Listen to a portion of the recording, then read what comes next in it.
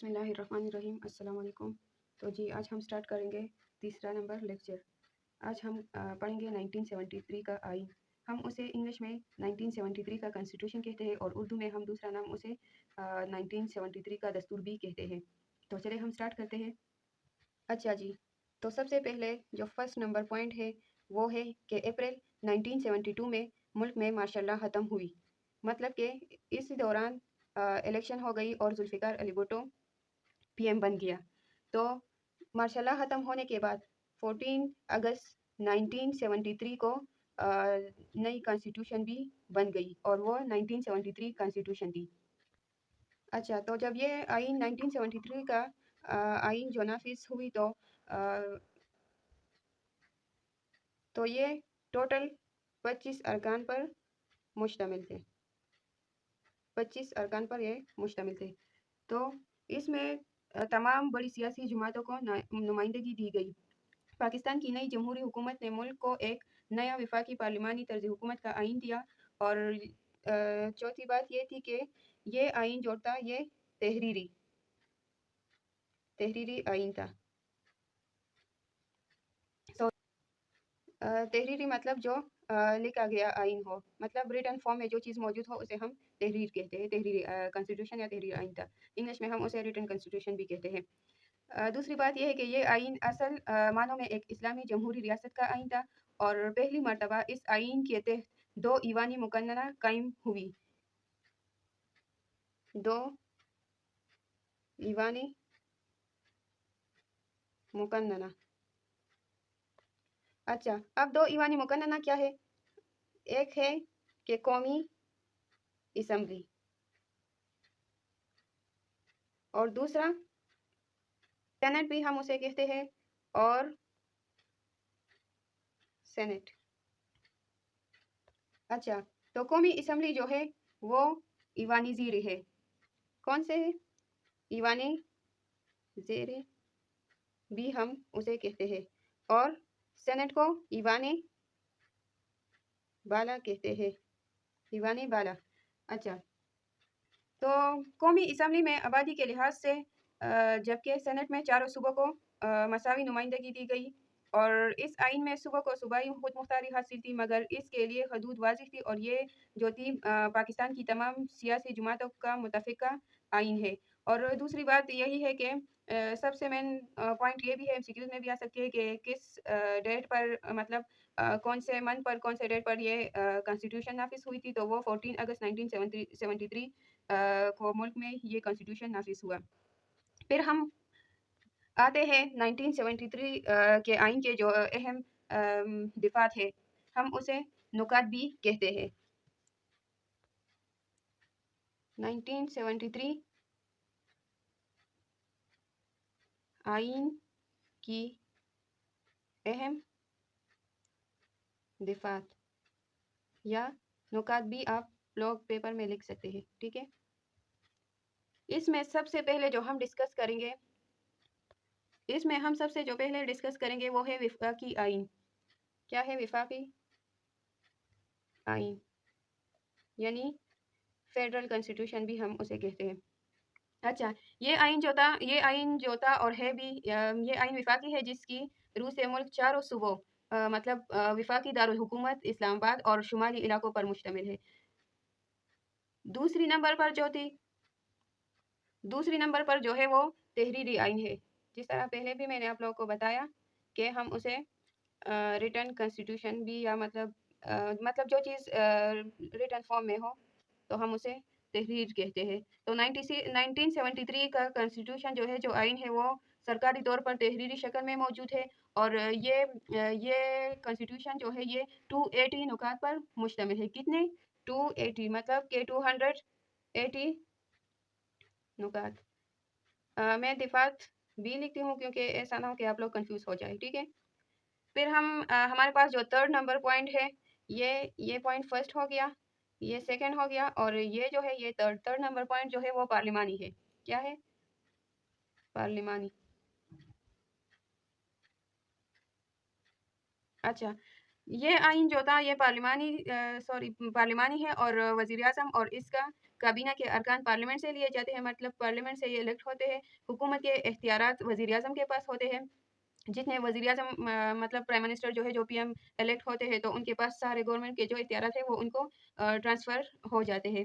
اور جو قومی اسمبلی میں اکثریتی جماعت کا جو قائد بھی ہوتا ہے وہ مطلب لیڈر ایز اے لیڈر بھی وہ ہوتا ہے، اور صدر جو ہے وہ محض آئینی سربراہ ہوتا ہے۔ اب فورتھ نمبر پوائنٹ جو ہے وہ 2 ایوانی مقننہ ہے۔ جس طرح ہم نے قومی اسمبلی اور سینٹ کی بات کی ہے تو ان دونوں چیزوں کو ہم 2 ایوانی مقننہ بھی کہتے ہیں۔ 2 ایوانی مقننہ 4 نمبر پوائنٹ پہ ہے 2 ایوانی مقننہ۔ اچھا، وہی بات یہاں پر بھی آتی ہے کہ ایوانی زیری، جس طرح پہلے بھی ہم نے یہ بات ڈسکس کر لی، لیکن پھر بھی میں آپ لوگوں کو بتا دوں کہ ایوان زیری جو ہے وہ ہم قومی اسمبلی کے جو نیشنل اسمبلی ہے اسے ہم قومی اسمبلی بھی کہتے ہیں نا، اور دوسری جو ہے وہ ایوانی بالا ہے تو اسے ہم سینٹ بھی کہتے ہیں۔ کیا کہتے ہیں؟ سینٹ۔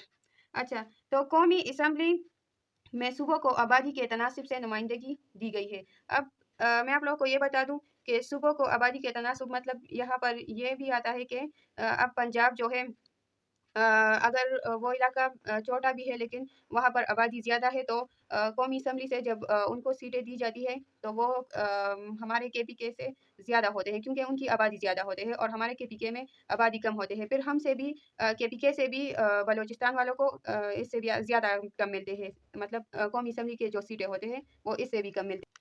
اور سینٹ کی ہم بات کریں تو سینٹ میں تمام صوبوں کو مساوی نمائندگی دی گئی ہے، مطلب کہ برابر وہ ہوتے ہیں، یہ نہیں ہوتی جس طرح قومی اسمبلی میں ہوتی ہے۔ قومی اسمبلی کے جو ممبران ہیں ان کی مطلب جو وہ ٹائم گزارتے ہیں، جو اسپینڈ کرتے ہیں، تو وہ ٹوٹل 5 سال ہوتے ہیں، 5 ایئرس ہوتی ہے مطلب قومی اسمبلی کی۔ اور سینٹ کی اگر ہم بات کریں تو وہ ٹوٹل 6 ایئرس ہوتے ہیں۔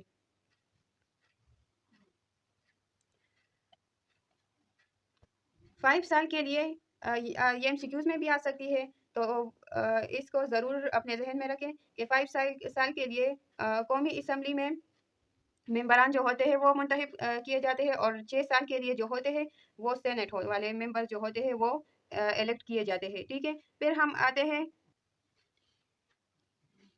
بنیادی حقوق۔ 5 نمبر پہ ہے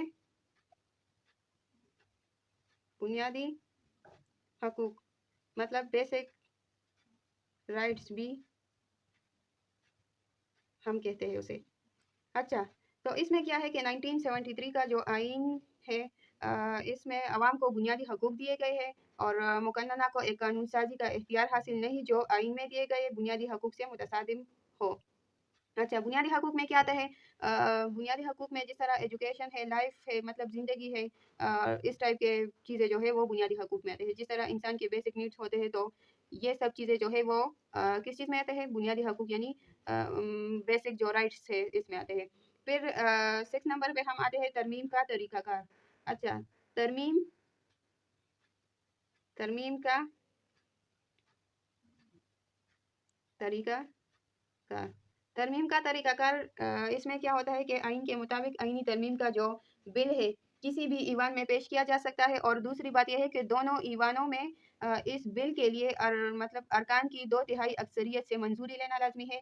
2/3 اب یہاں پر اس طرح ہے کہ جس طرح ہم اسے 2/3 میجورٹی کہتے ہیں، تو جس طرح اب پی ایم ایل این کی گورنمنٹ جو 2023 میں اب 2024 میں اب بن گئی، 24 میں جو بن گئی، تو اس میں اس طرح ہوا کہ مطلب کولیشن آف گورنمنٹ بن گئی۔ کولیشن آف گورنمنٹ یہ ہوتا ہے کہ جب 2 پارٹی اکٹھے ہو کر گورنمنٹ بناتے ہیں تو اس میں مطلب یہاں پر اگر ہم دیکھیں تو پی ٹی آئی والے جو تھے ان کی سیٹیں زیادہ تھی، لیکن جب پی پی پی اور پی ایم ایل این اکٹھے ہو کر دونوں ایک ساتھ ہو کر گورنمنٹ بنانا چاہتے تھے تو یہ جو ہے یہ دونوں جو جب مل کر گورنمنٹ انہوں نے بنا لیا تو یہ 2/3 میجورٹی کے بیس پر ہی بنایا ان لوگوں نے، تو یہ جو ہے 2/3 اکثریت اسے کہتے ہیں۔ یہ آئین نہ تو زیادہ استوار ہے اور نہ زیادہ لچکدار ہے، مطلب یہ کولیشن آف گورنمنٹ ہے، یہ اس میں گورنمنٹ اتنا کیا اسے کہتے ہیں کہ مطلب مضبوط نہیں ہوتی۔ अच्छा, फिर हम आते हैं जो 7th नंबर पॉइंट है वो है आज़ाद अदलिया मतलब इंडिपेंडेंट जुडिशरी। 7 नंबर पॉइंट आज़ाद अदलिया।